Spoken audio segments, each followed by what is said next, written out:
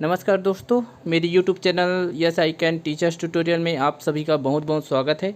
इस वीडियो में हम लोग इंग्लिश पेडागोजी पढ़ने वाले हैं और इंग्लिश पेडागोजी को जो है विभिन्न ऑब्जेक्टिव प्रश्न के माध्यम से हम लोग समझने की कोशिश करेंगे। थोड़ा थोड़ा उसको क्वेश्चन को एक्सप्लेन करते जाऊँगा और इंग्लिश पेडागोजी का जो सिद्धांत है या जो किस प्रकार से हमको इंग्लिश सिखानी चाहिए उसको जो है एक्सप्लेन करते जाऊँगा। तो चलिए देखते हैं। पहला क्वेश्चन देखिए, a teacher as per NCF 2005 is A boss, B leader, C facilitator, D friend। तो देखिए एक टीचर NCF 2005 के अनुसार क्या है देखिए, बॉस है, लीडर है, फैसिलिटेटर है या फ्रेंड है। तो देखिए इसका करेक्ट आंसर है हमारा सी ऑप्शन, है ना। NCF 2005 के अनुसार एक टीचर क्या है, सुविधादाता है, फैसिलिटेटर है ना। ये हिंदी में भी क्वेश्चन आता है इसका और इंग्लिश पेडागोजी में भी ये क्वेश्चन आता है। तो याद रखिएगा कि NCF 2005 के अनुसार क्या है, टीचर जो है सुविधादाता है, मतलब बच्चों को सुविधा देने वाला है ना। तो इसका करेक्ट आंसर होगा सी, फैसिलिटेटर। अगला क्वेश्चन देखते हैं दोस्तों। यदि आप मेरे चैनल से जुड़ना चाहते हैं, मेरे ग्रुप से जुड़ना चाहते हैं, तो वो डिस्क्रिप्शन में व्हाट्सअप का लिंक और टेलीग्राम चैनल का लिंक, फेसबुक का लिंक दिया है, वहाँ से आप जाके लिंक से ज्वाइन हो सकते हैं।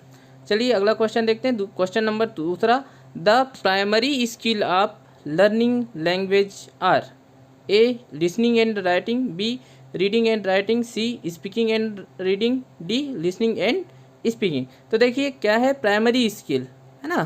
प्राइमरी स्किल किसी भी भाषा को सीखने का जो प्राइमरी स्किल कौन सा है, सुनना और बोलना। कौन सा है करेक्ट आंसर इसका, देखिए ऑप्शन डी, सुनना और बोलना जो है प्राइमरी स्किल है किसी भी लैंग्वेज को सीखने का।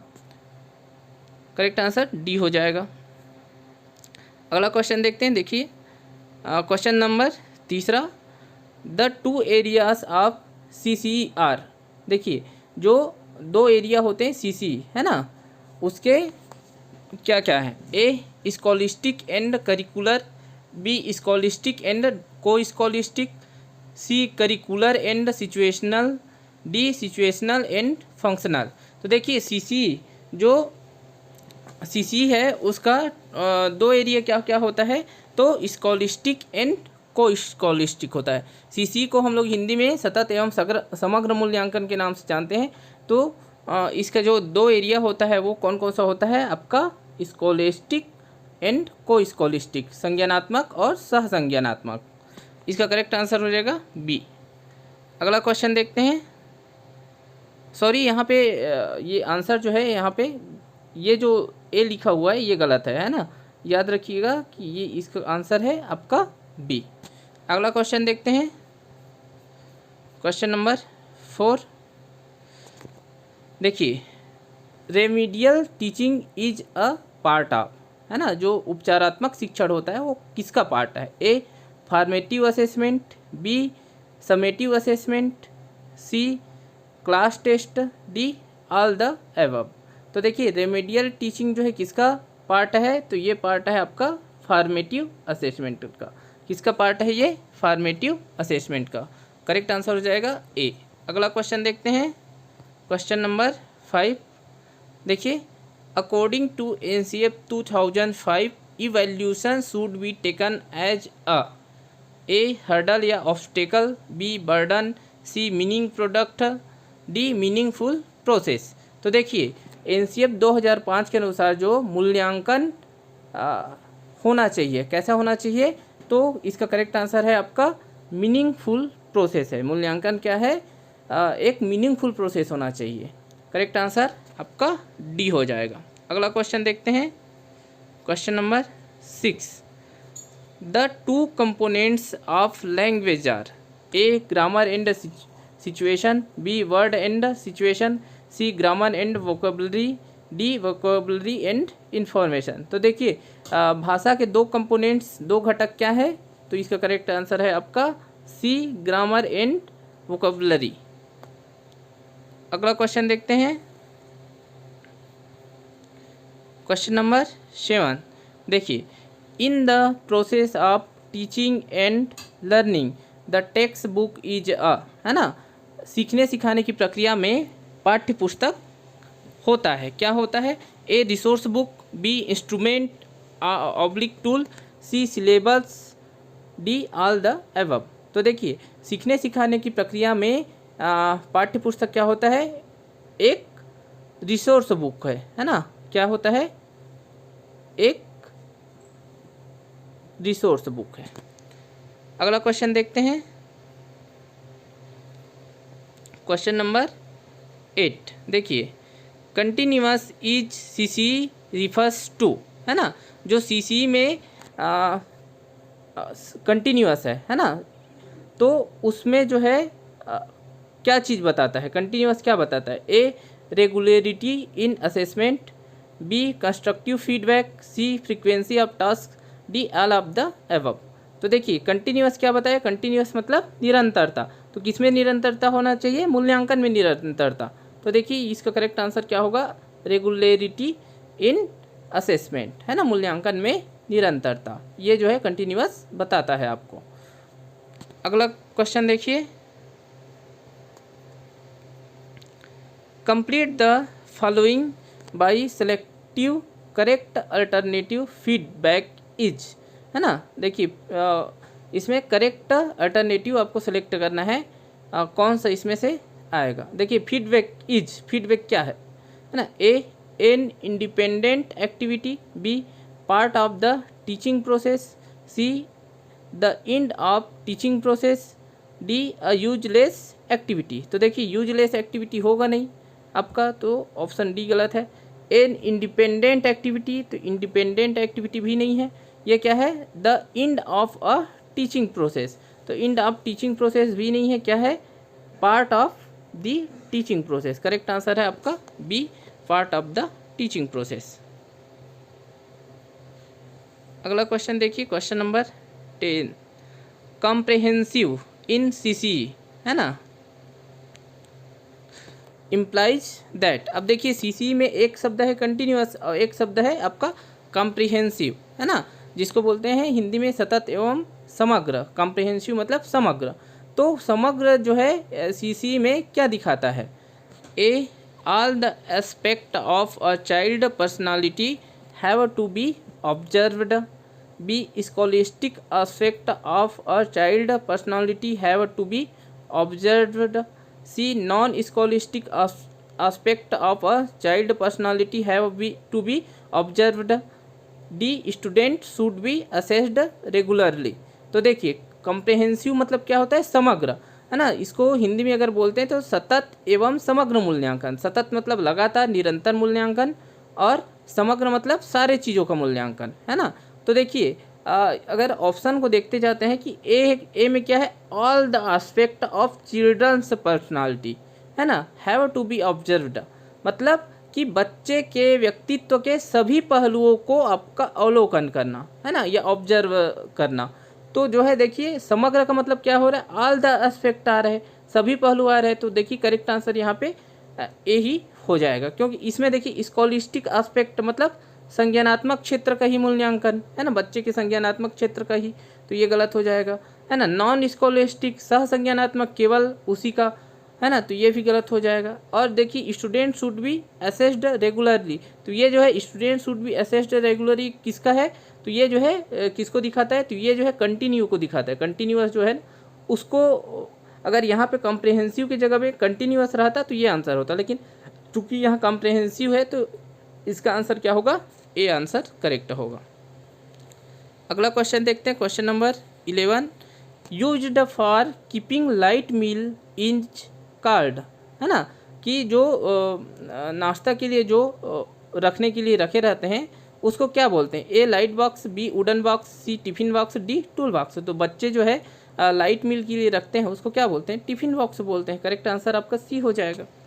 अगला क्वेश्चन देखते हैं, देखिए direction choose the correct answer, है ना, what does a text book not provide, है ना, पाठ्य पुस्तक क्या प्रोवाइड नहीं करता है, A a syllabus for the course, B sets of visual activities reading, C basis for assessing student learning.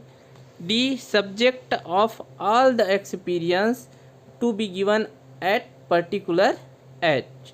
तो देखिए टेक्स्ट बुक क्या प्रोवाइड नहीं करता है। देखिए अगर ऑप्शन को देखते जाते हैं तो देखिए सिलेबस ऑफ द कोर्स ये प्रोवाइड करता है, तो ये गलत हो जाएगा, ये आंसर नहीं होगा आपका, है ना। Set of usual activities reading ये दोनों प्रोवाइड करता है।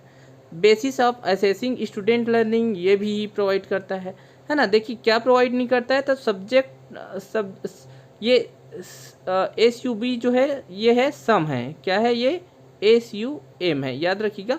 Sum of all the experience to be given at particular age, मतलब सारे अनुभवों का जो कलेक्शन है वो जो है किसी भी पर्टिकुलर एज के लिए सारे अनुभव का कलेक्शन पाठ्य पुस्तक प्रोवाइड नहीं कर सकता है ना। एक्सपीरियंस कैसे प्रोवाइड करेगा, तो ये देखिए इस यहाँ पे सब्जेक्ट लिखा है, वो सब्जेक्ट नहीं है, वो क्या है सम है। Sum of all the experience to be given at particular age. तो पाठ्य पुस्तक किसी एज का सारे एक्सपीरियंस को प्रोवाइड तो कर नहीं सकता। तो देखिए यहाँ पे आंसर क्या हो जाएगा, यहाँ पे आंसर हो जाएगा आपका ऑप्शन डी जो है आंसर हो जाएगा, है ना। याद रखिएगा कि ये सब क्या है, ये क्या है सम है। अगला क्वेश्चन देखिए, क्वेश्चन नंबर वही क्वेश्चन है, सेम क्वेश्चन आ गया है। क्वेश्चन नंबर 14 देखिए, using songs rhymes and games in classroom would help the child to, है ना। जो सॉन्ग है, राइम्स है, गेम्स है, ये सब जो है बच्चों क्लासरूम में बच्चे के लिए क्या सहायता करते हैं, तो A overcome shyness, B develop confidence and interest, C motivate to speak, D all the above. तो देखिए इसका करेक्ट आंसर हो जाएगा ऑल द अबव, ये सारे चीज़ प्रोवाइड करते हैं। अगला क्वेश्चन देखते हैं, देखिए choose the correct alternative which best completes the sentence, है ना। मतलब आपको करेक्ट अल्टरनेटिव चूज करना है ना, इस सेंटेंस को कंप्लीट करने के लिए। Children can be encouraged to learn a new language, है ना। फिर देखिए फिल इन द ब्लैंक्स है, तो देखिए A by pointing out their mistake, B by correcting their mistake, C by providing dear sir या ma'am simple opportunities for using the language. देखिए यहाँ पे ये गलत लिखा हुआ है, यहाँ पे ये जो डियर से लेकर आपका ये एस तक को हटा देंगे, एस को भी हटा देंगे। ये जो सिंपल लिखा है वो सिंपल ना होके क्या है एम्पल है, सिंपल नहीं होके वो क्या है, याद रखिएगा इसको। ये यहाँ से इसको काट दीजिए, कहाँ तक, ये एस जो पहला अक्षर है यहाँ तक, ठीक है। तो ये क्या हो जाएगा आपका, ये हो जाएगा, इसको ये सॉरी ये गलत लिखा हुआ था, इसको ऐसे ही मैं कर डाला हूँ, है ना, प्रिंटिंग मिस्टेक था। तो देखिए यहाँ अब पढ़िए इसको क्या लिखा है, सी में by providing ample opportunities for using the language, है ना। मतलब कि ज़्यादा से ज़्यादा भाषा प्रयोग के अवसर उपलब्ध करा के, है ना।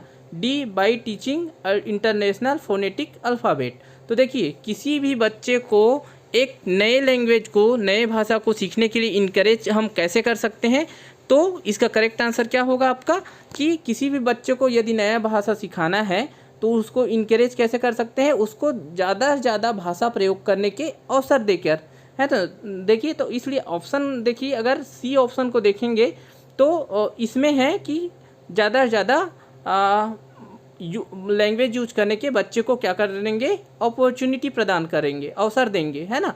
तो इसका करेक्ट आंसर आपका सी हो जाएगा। याद रखिएगा ये क्या है, by providing ample opportunities for using the language, है ना।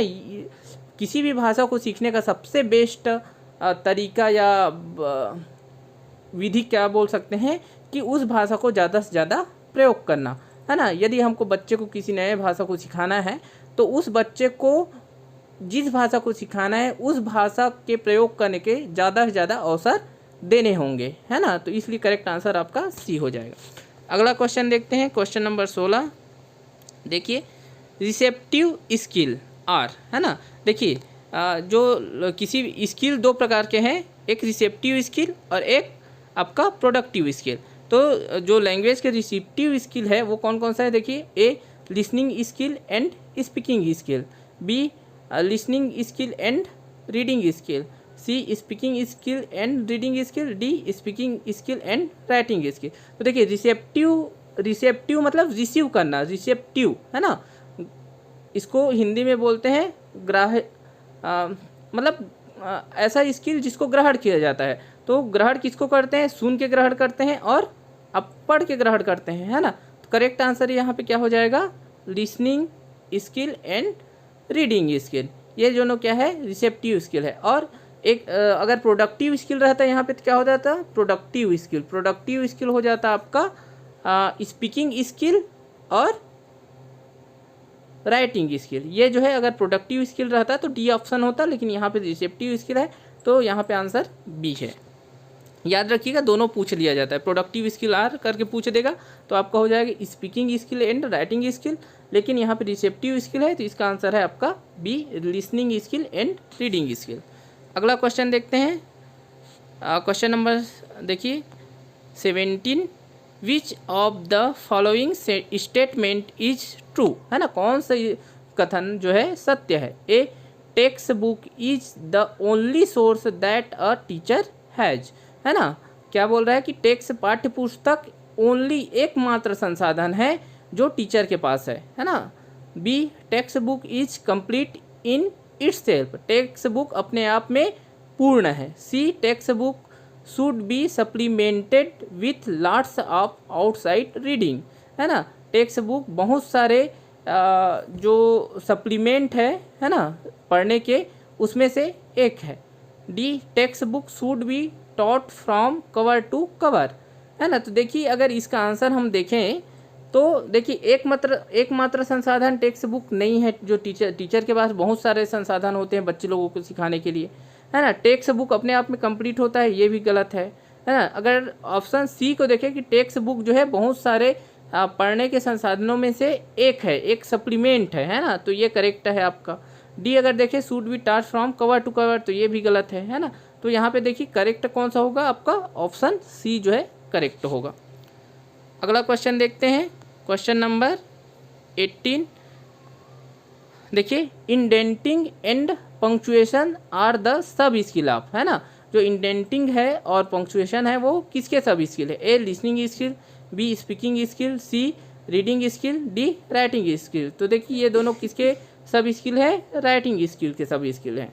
अगला क्वेश्चन देखते हैं, question number 19, grammar can be taught inductively, है ना। देखिए ग्रामर को इंडक्टिवली कैसे सिखाया जा सकता है, अब ये क्वेश्चन है। ए बाय टीचिंग द स्ट्रक्चर, तो देखिए इंडक्टिवली बोला है, आप इस शब्द को याद रखिएगा, कैसे सिखाना है ग्रामर को, बोल रहा है इंडक्टिवली, तो बाय टीचिंग द स्ट्रक्चर, तो ये तो रूल नहीं है ना। बी दिया देखिए by solving the exercise on the basis of rules, है ना, कि रूल के बेस में बहुत सारे एक्सरसाइज सॉल्व करके, है ना। सी दिया है by giving example to derive rules, है ना, और डी दिया है बाय टेलिंग द रूल्स, है ना। तो देखिए बाय टेलिंग द रूल्स होगा नहीं, रूल बता के तो होगा नहीं, ये फिर इंडक्टिव नहीं है, इंडक्टिव मेथड से मतलब सिखाना है यहाँ पे, है ना। तो ये जो है क्या हो जाएगा, डिडक्टिव मेथड हो जाएगा। इंडक्टिव मतलब आगमन वाला और डिडक्टिव मतलब निगमन से, है ना।